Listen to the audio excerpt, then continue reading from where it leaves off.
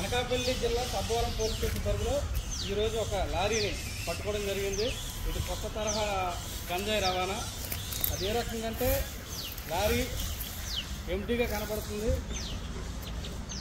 Empty lorry agency నుంచి వస్తూ మాకు పట్టుకోవడం జరిగింది.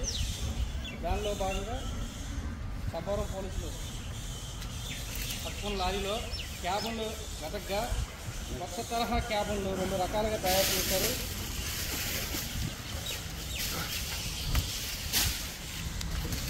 ఈ క్యాబున్ ఏ రకంగా ఉందంటే చూడండి, ఇది ఎప్పుడు రెగ్యులర్గా ఉండే ఒక క్యాబును, ఇది సీక్రెట్ డ్రైవర్ బ్యాక్ సీట్ ఉండే క్యాబును. మనిషి లోపల దిగితే తను మునిగిపోయేంత దీంట్లో ఉంది, ఇంకా కిందకు ఉన్నాయి.